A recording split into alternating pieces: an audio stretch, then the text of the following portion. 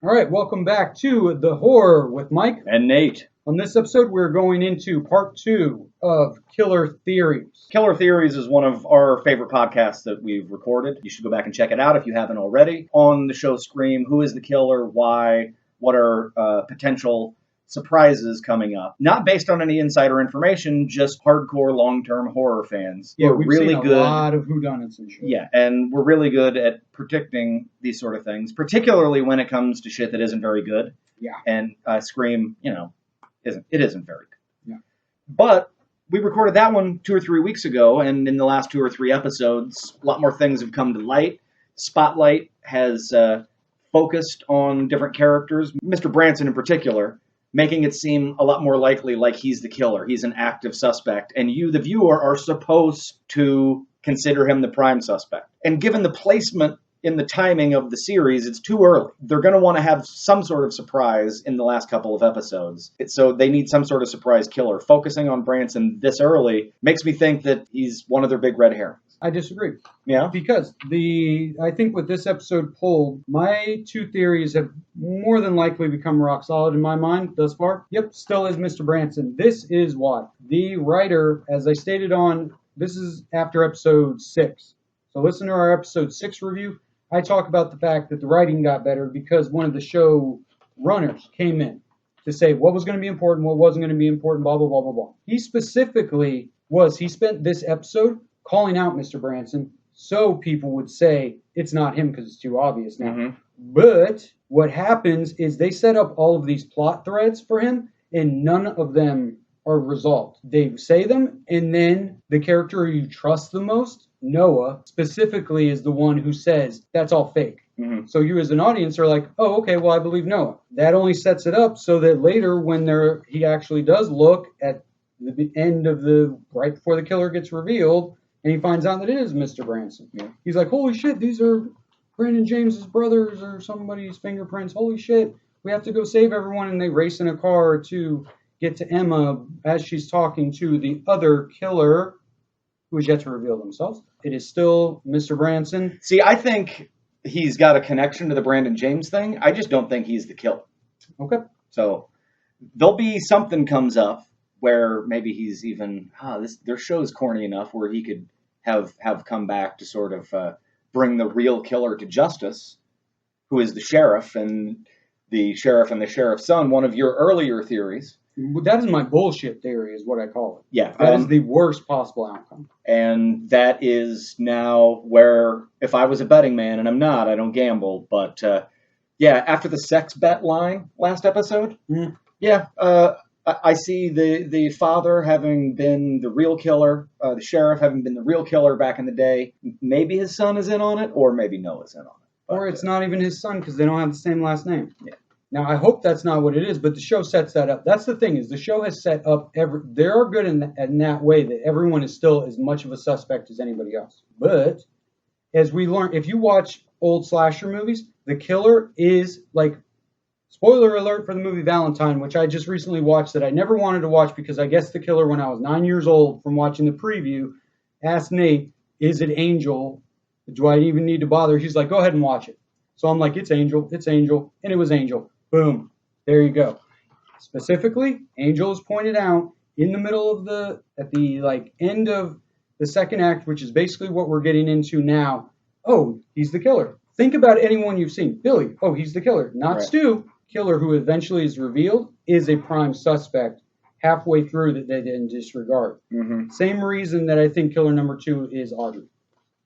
All right. Everything that Brock points out about Audrey is 100% correct. Yeah, it is. And it would only be poetic justice that Emma let her friend go and is going to end up killing again. So that's a very emotional investment for Emma. It was stated with Brock saying, it couldn't be anybody's friend, anybody's whatever. It connects Emma and Noah started connecting more in this episode. Yeah. And Audrey started to get away from the group. And so now they're forming their own little clique that they'll help each other when they both get fucked over by their mutual friend. Because, and that'll end up being the thing, is everything Brock's just said. That is why Rachel died. That is why this happened, that happened, da-da-da-da-da.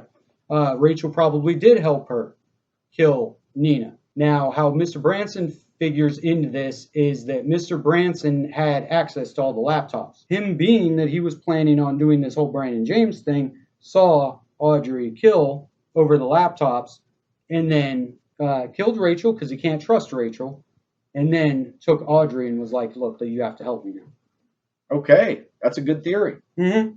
And like I said, because it's going to work out with the poetic justice thing. They love poetic justice in these bullshit ass shows. Yeah. But not more than they love being the love interest of the main character and an old brother sister thing from the past. So yeah, no, I agree that it very well could be the sheriff and Kieran. But that's the Valentine. That's from the very first episode you go, yeah, which is lame. It is lame, but that's why I'm sort of expecting it, because at this point, 6 episodes in, I'm dead sure. And hey, prove me wrong, Scream makers, please do. I'd love to be wrong. Mm-hmm. I don't expect one genuinely surprising moment. I don't expect one truly great episode. This seems like a show that's sort of content to be average. It's content to be what it is, and I don't. It was what you were saying. It wants to be binge watched. Yeah, the lowest hanging fruit is probably the fruit that's going to be eaten. And the other thing is, Kieran really isn't even in this episode again. It's yeah, like he was comes in a dream sequence in that, which they point him out to be the killer in the dream sequence. Yeah. So if it's bad writing again, it was woman's intuition in her dreams told her that who the killer was, And then the sheriff is just boring. But the thing is they set up Brandon James over and over and over that he had plastic surgery, and we haven't seen his face since he had his plastic surgery. Yes. So he could look like, and who hasn't Maggie seen? That's the other trick to guess who the killer is. Trace everyone around, and there is going to be a character who, oh my God, I didn't realize, never actually had a scene with another character.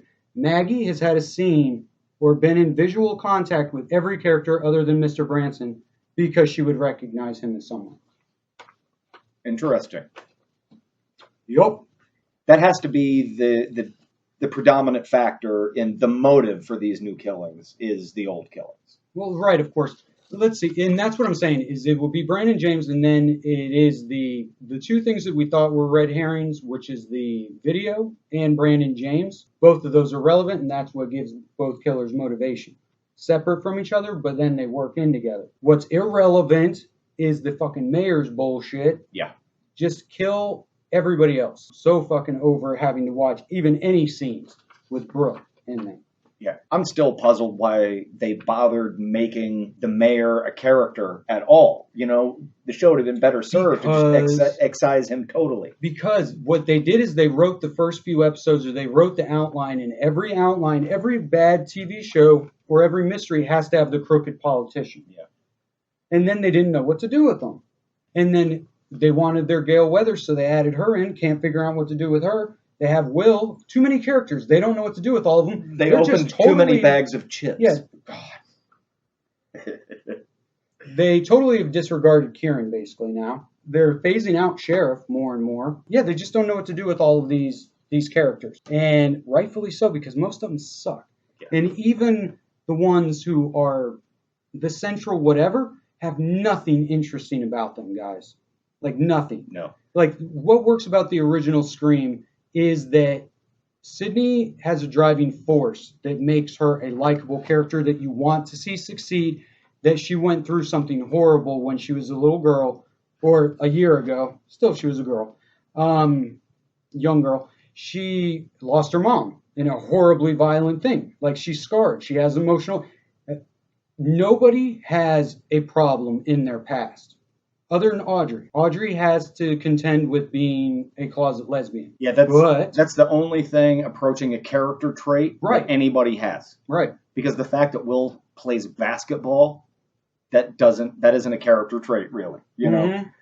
And Kieran's parents died, and they don't ever talk about that, and don't ever use that for anything for him. And even the character I like the most, Noah. He doesn't have fucking shit either. He, on the surface, it seems like he has personality, but it's only because they surround him with video games and they give him pop culture references. Mm-hmm. But He doesn't have a personality either. Noah and Audrey, those are the two cases where the actors bring sympathy to the role that is completely flat and underwritten. So they're my favorite characters, you know. Oh, and by the way, another reason that Audrey is the killer is they specifically set up in last episode, Nate pointed this out, that she overpowers Will. Yep. Now, that might be a little bit too obvious, but I don't think they think that we're that smart to remember one episode back. So they had to set that up so that when they were writing them, and they were like, okay, in episode 7, Audrey's going to detain Will, be like, well, how? Oh, she'll slash him. Audrey still couldn't. Yeah. Well, go back in episode 5 and write this scene. So, okay, now we've figured that. That's literally all they're fucking doing. Yeah. And so that was a setup for this part. Because, yeah, Audrey's not in any of the bowling alley stuff. And neither is Kieran. But Kieran is just so mysterious, and he wears a fucking leather jacket, for Christ's sake. And one of his pickup lines was like involving play, date, rape. So, yeah, you know, he gives off the creeper vibe. Just, if Kieran is such a lame fucking choice. But anyway, but none of that matters because I'm fairly certain now that, yeah, it is Branson and Audrey. And possibly a third. But the third, more than likely, has already been killed. Which is either Rachel. Riley is obviously dead. The next person who dies will possibly be the third killer. Now, that might not be true because I have an interesting little thing that I found. Do tell. So, if you look at the episode titles, which I just randomly did, it says... I didn't even know the episodes had titles. Main titles at the beginning. It's main stars, and then it had guest stars. Mm-hmm. These have been the guest stars. Lorraine Brock, Piper, the mayor, who only came in second episode, again, makes sense. Tyler, Rachel, Riley, Jake, and Mr. Branson. Why is Jake, if he's in it so much, only listed as a guest star? That is because he dies in the next episode. Sounds about right. Which is about fucking time. Long overdue. But as far as slasher movie theory goes, if he dies, it's all fake, and he's going to end up being one of the killers, which is lame. Take this guy's word for it. He knows Scream better than anybody. Anyway, someone's going to get murdered in the next episode or two and be the third accomplice. In episode 6, when Noah walks out of Mr. Branson's office, Noah... Although he was totally lying about that, it seemed to me. Well, see, here's the thing. He's the Hermione Granger. You take everything he says you just believe him. So he says the Branson's not the killer. So you're like, oh, okay, so it's not Branson. He doesn't give you any reasons that it's not. 2, he specifically even says Audrey was probably right about Mr. Branson being innocent. Again, reintegrating her in his thought process, meaning that Audrey would do that to hide the other killer from him. Again, just why would you say certain things if they weren't important? Right. Like, thank Mr. Branson for putting us together. Noah's got the fingerprints. They haven't looked at him yet. Why didn't they fucking just... If it's an app, that must mean that he just has to hit a button. Just do it right now. Anyway, they were busy, you know. Teenagers, exactly. You know. They bring that up, and then the phone rings just enough that it takes you away, and so they want you to forget that happened, so it can come up later. Emma drops a little hint again that's supposed to just be taken with a grain of salt, but being that I think Audrey's now the killer, she specifically points out, since Audrey's been in custody, I haven't gotten a phone call. Yeah, that was very pointed. It was very pointed. Yeah. But, again, I think this guy who wrote the episode, he's written for a bunch of CSI, and he's written for a bunch of crime shows. The guy knows what he's doing. He knows what most people would think, so when he's writing it, you have to think the opposite. Because he's so good at hiding clues. Because those shows, I'll give the shows that. They are very good at hiding who the killer is, episode to episode. That takes a lot of, thought. So anyway, very pointed out, which makes you assume that it's not real. Her mom has cancer. That could give her a disregard for life.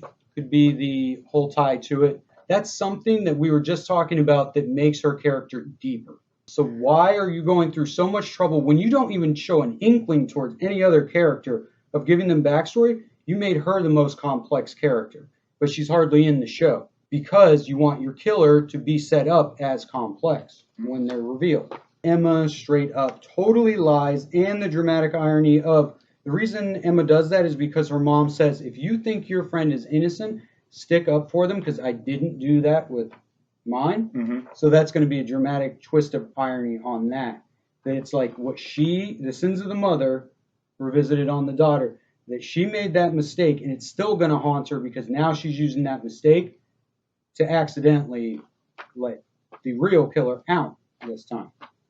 And she could have very well just been wrong, like the mom. And Brandon James is not actually dead. Although he did get shot in the head, there was no blood. As if the mask is bulletproof. So those are my theories. And so you, at the end of episode 6, in our Killer Theories 2, I still stick with Branson, and now I believe that it's also Audrey. What are your theories? Well, what are yours, motherfucker? Oh, I like the sex bet right now. You know, Yeah. and as I mentioned before, it's because I'm sort of anticipating the worst possible outcome for This is so much worse for me now. You realize this? Yeah. Because I don't want you to be right for so many fucking reasons now. Hey, I don't want you to be right. I don't want to be right either. Yeah. I want to be surprised. I want to have the next 3 episodes be like, holy shit, But this see, is really this good. is the thing. Now you've stated that because it's going to suck, and at least you'll have the gratification of I pointed it out. I won't even fucking have that. Yeah. I'll have to watch this lame bullshit and be like, all right, Nate, you win. I don't know what I'm talking about. Fuck. Just please don't make it then. Oh, God. We'll split the difference. Yeah. Split the difference. It's one of each, and then we both walk away happy. What would be the best combination of those? Well, there has to be an older person involved. Yeah, there has to be an older and there has to be a younger. The whole generational thing. There are only a few older characters. The sheriff being there that night, being the guy that survived Brandon James's rampage that night. So it just, for a lot of reasons, he kind of seems like a lock. I mean, look around the room. Their bench isn't very deep. For older guys, he's kind of it. The sheriff and Noah in episode 2, I believe, have that part where Noah starts talking about how he talked to Troy, Brandon James' older brother. Wouldn't he recognize the sheriff? Yes, absolutely. Follow us on Twitter.